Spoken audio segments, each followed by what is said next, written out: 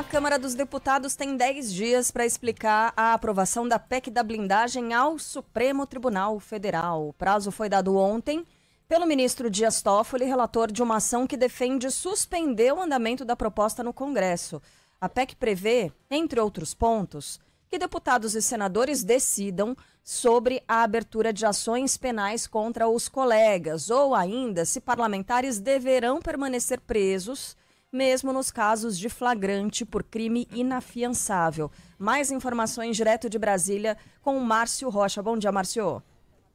Oi, pessoal, bom dia para vocês, bom dia a todo mundo que nos acompanha. Pois é, o ministro do Supremo Tribunal Federal, Dias Toffoli, deu um prazo de 10 dias para que a Câmara dos Deputados explique essa chamada PEC da blindagem. O texto determina mudanças na Constituição e estabelece proteções aos parlamentares diante de investigações.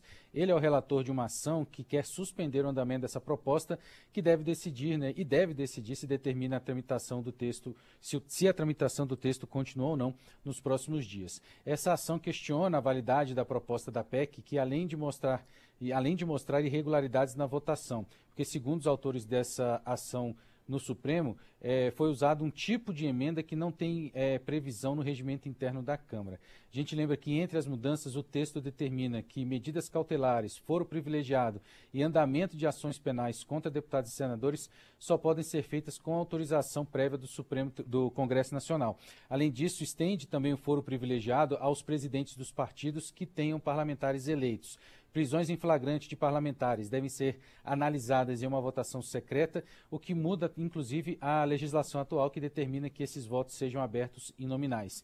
E medidas cautelares, como é o caso da prisão preventiva, não podem mais ser determinadas por decisão individual de um juiz ou de um ministro do Supremo Tribunal Federal. A prisão em flagrante seria apenas para casos de crimes inafiançáveis e, em caso de detenção, parlamentar deve ser levado imediatamente para o Congresso Nacional, até que o plenário da Câmara ou do Senado, dependendo do parlamentar, vai decidir se essa prisão será mantida ou não. Então, a gente fica na expectativa dessa decisão, primeiro da manifestação da Câmara dos Deputados nessa ação e depois a gente tem a decisão do ministro Dias Toffoli aqui em Brasília, pessoal. Ontem o presidente Lula disse que a PEC da blindagem não é uma coisa séria. Ontem vocês viram que eu fiquei muito chateado, até dei uma entrevista para a BBC de Londres. A votação ontem no Congresso Nacional, sabe, da prerrogativa, garantindo imunidade da forma que foi garantida, até para presidente de partido, não é uma coisa séria. O que precisa ser sério é a gente garantir prerrogativa de vida para o povo. Nós temos que garantir prerrogativa de vida para o povo brasileiro, prerrogativa de trabalho, prerrogativa de educação. É isso que nós estamos precisando dar uma lição nesse país. E as pessoas estão, de fato, bem indignadas com a proposta dessa PEC da blindagem. Nas redes sociais, influenciadores, e eu diria que culturais também, incluindo Caetano Veloso, estão se mobilizando e estão chamando manifestações. O pessoal quer ir para a rua contra essa PEC da blindagem. Foi marcada uma manifestação, se não me engano, para este domingo. Vamos ver o quanto isso ganha de tração nas ruas, né? O quanto vira uma manifestação que ultrapasse os limites da esquerda, né? Que seja algo ecumênico, e eu espero que assim seja, porque é um assunto que interessa a todos, independentemente de filiação e inclinação ideológica. Agora, é muito bom que a opinião pública está se manifestando, né, pela imprensa, pelas redes sociais, e o Senado ouviu. Já ficou muito claro que esse projeto não terá vida fácil no Senado. O próprio Alcolumbre já demonstrou a disposição de deixar engavetado esse lixo. Eu não sei nem se seria o caso de botar para votação. Se for colocado em votação, vai demorar um pouquinho, porque no Senado vai tramitar pelas comissões, né? Então é um processo um pouco mais lento. Mas fosse colocado em votação hoje, provavelmente esse projeto seria recusado pelos senadores, que ficaram assustados com a repercussão negativa dessa barbaridade, né? Dessa cara de pau da Câmara dos Deputados que votou um negócio desses. O MDB, por exemplo, que votou majoritariamente a favor da proposta, fechou questão contra no Senado. Recomendou a todos os seus senadores que votassem contra. A própria Damares Alves, que é do PL, partido que votou em 100% a favor da PEC da blindagem, a Damares é do PL, né? Agora eu fiquei na dúvida, mas acho que sim. Enfim, uma aliada do bolsonarismo, né, uma bolsonarista muito fiel, disse que não, que por ela não passa. Que é alguém que dedicou toda a sua vida política à proteção da criança e entendeu a Damares que seria um refúgio, o Congresso tornaria-se o do Republicanos, a Damares, Republicanos, né? Ela é uma bolsonarista, mas não do PL. Que a Câmara poderia se tornar um refúgio, por exemplo, para pedófilos. E ela tem toda a razão, né? Então, mesmo partidos que votaram em massa a favor desse troço na Câmara dos Deputados estão recusando essa votação porque é muito mais difícil você se reeleger senador do que deputado, né? Convenhamos, o senador é um cara que sobe em carro de som, que faz discurso, é uma eleição majoritária. Né? Deputado, de vez em quando o cara vai lá, vota na legenda, ou o cara vota em massa no Nicolas Ferreira, por exemplo, e o Nicolas arrasta um monte de pangaré que a gente não sabe nem quem é.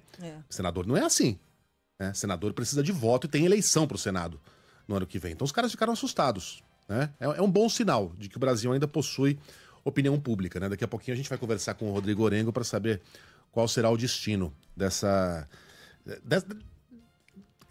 coisa asquerosa que foi aprovada pela Câmara dos Deputados. É difícil nomear sem usar palavrão. E aí eu falo da percepção das pessoas. Os nossos ouvintes escrevem para cá e têm mandado mensagens, muitas mensagens, perguntando o que é que a gente pode fazer para evitar que isso seja aprovado. Tem algo que a gente possa fazer?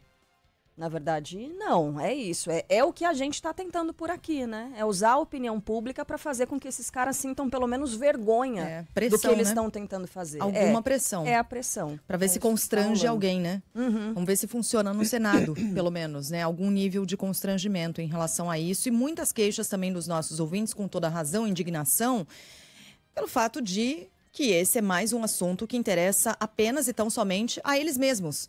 Que não diz respeito à nossa vida, que não diz respeito ao Brasil real, que não diz respeito ao futuro do Brasil, à saúde, à educação, segurança pública, nada. Diz respeito apenas e tão somente a eles mesmos, né?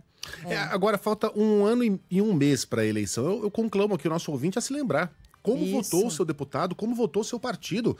Será que o seu deputado, que mereceu o seu voto 3 anos atrás, não está entre aqueles que estão tentando transformar o Congresso num vale-a-couto de bandidos? Eu recomendo que você lembre-se disso, coloque na agendinha.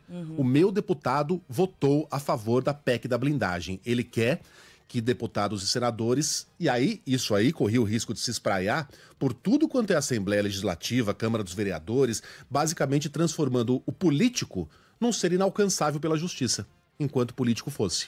Tá? Então a eleição está há 1 ano e 1 mês, é bom que a gente tenha memória, né? Para, enfim, tentar melhorar essa casa. Um segundinho para passar régua nesse assunto. O Everton Anunciação, nosso ouvinte de Curitiba, diz: Carla, tem sim. Olha o que eu fiz na minha rede. Ele mandou para várias pessoas, né, para os conhecidos dele, para os contatos dele, um texto dizendo: olha, se você é brasileiro e é contra essa PEC da impunidade que estão querendo debater no Senado, para facilitar, eu separei o e-mail de todos os senadores para você escrever para eles, dizendo que você não vai votar nele, nem no partido dele, se eles aprovarem esse lixo. Segue a lista de e-mails. Um abraço e colocou aqui, fez a lista dos senadores com todos os e-mails. Obrigada, viu, Everton? Que belo trabalho. Ele falou, se der sugira, por favor, eu preciso de ajuda. Posso falar uma coisinha? É ótimo, né? Quanto mais manifestações do eleitor, melhor. Mas eu recomendo redes sociais. Porque o e-mail quem confere é o assessor. Não é o deputado e o senador, geralmente, que entra lá para ver os e-mails.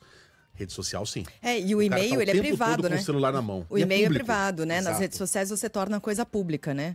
Eu recomendo redes sociais. Entupa as redes sociais desses caras de mensagens. Arrasou, Everton. Valeu, Everton.